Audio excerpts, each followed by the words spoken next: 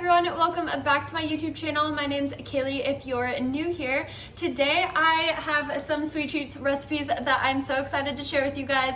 I have 3 recipes and hopefully you guys love them as much as I do. So let's just get right into this.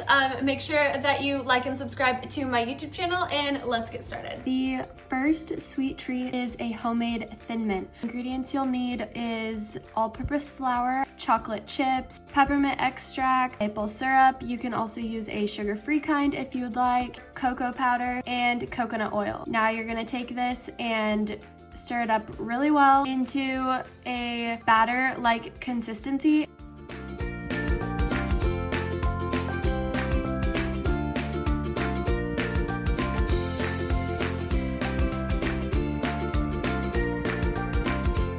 You're gonna take parchment paper, lay it down flat, and put the mixture onto it. And I had a rough time doing this. You'll see I used a couple methods to try and get this flattened, but you're gonna wanna flatten it because it's gonna be the center of your Thin Mint. I used my palm and then that wasn't really working, so then I went in with a spatula. But what worked for me is I laid down another sheet of parchment paper on top of this, used a spoon to try and flatten it out, which worked pretty well. After you're done doing this, place in the fridge for 15 minutes. We're gonna make protein balls. What you'll need is 1 banana, cinnamon, coconut flakes, chocolate, protein. I'm using the Select Protein Peanut Butter Cup one, 2 tablespoons of honey. You're gonna take your banana, mash it up into a bowl, a 1/4 cup of coconut flakes, a serving of protein powder. Mine is 31 grams, and mix all of this together. Now, don't do what I do. I added some peanut butter because I thought it wasn't gonna be sticky enough, but then you'll see when I try to put them into balls that this was not the best idea. I had to go in and add a little bit more protein powder so that it wasn't super sticky, but then it just kind of decided to stick all to my hands. Once your mixture is all mixed together, what you're gonna do is you are going to take a plate or a baking sheet and you're just gonna roll them into little balls. You'll see why I say not to add the peanut butter, because it starts to stick to my hands really badly. I had to go in and put some flour on my hands to try and make it so that I could form them into little balls, but they still turned out really great. After you've formed your little balls, you should have about 8 to 10, depending on what size you want it. You're gonna wanna stick them in the freezer for about 15 minutes, and then they should be ready to go.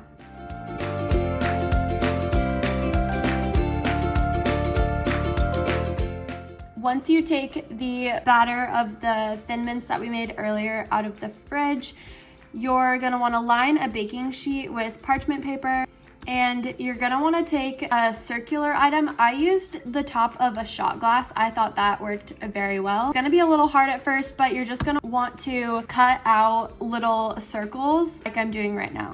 You can see it kind of gets stuck inside the shot glass sometimes, and so that's what I'm doing with the knife. I'm just trying to pop it out. You're just gonna create as many circles as you can and place them onto the baking sheet.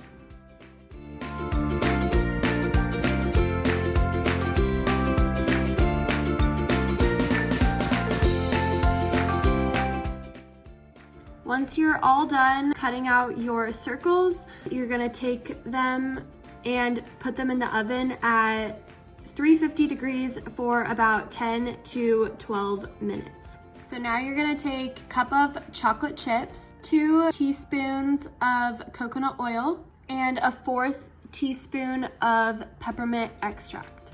And you're gonna put it in the microwave for 30-second increments until all of the chocolate chips are melted.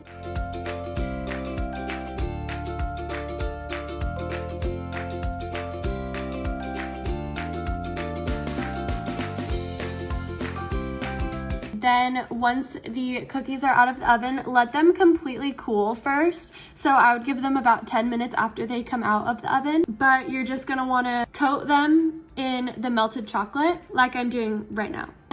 After they are all coated, what you're gonna be doing is placing them in the fridge so that the chocolate can solidify. Then you'll have your Thin Mints. I'm so sad I don't have a picture of how these turned out after I put them in the fridge, because Bryson came home and literally ate every single one of them.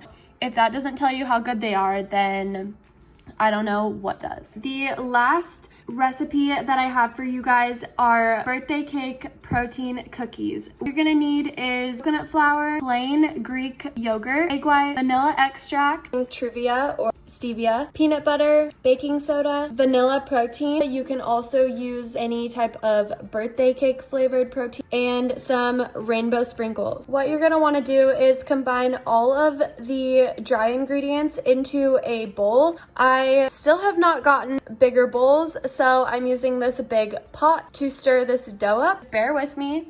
Now you're gonna take your wet ingredients, a half cup of your Greek yogurt, a 1/4 cup of egg whites, 1/4 cup of peanut butter, and mix that all until it turns into a nice creamy consistency.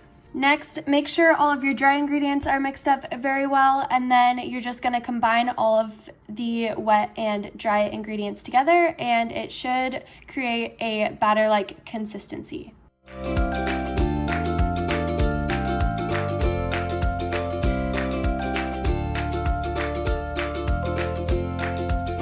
I always forget to add the vanilla extract in my videos, so I'm adding it right now. Then you're gonna go in with your rainbow sprinkles. I just eyeball it. I used maybe about 3 tablespoons. Take a baking sheet. My OCD self is fitting the parchment paper into the pan. I'm so sorry. Now you're just gonna take your cookie dough and form little tiny balls. What I went in and did was took a fork and I wetted the bottom of the fork so it didn't stick to my fork, but you just flatten them out and put them in the oven at 350 for about 10 minutes. I took mine out a little bit earlier just because I wanted them a little bit more doughy. And this is how they turned out.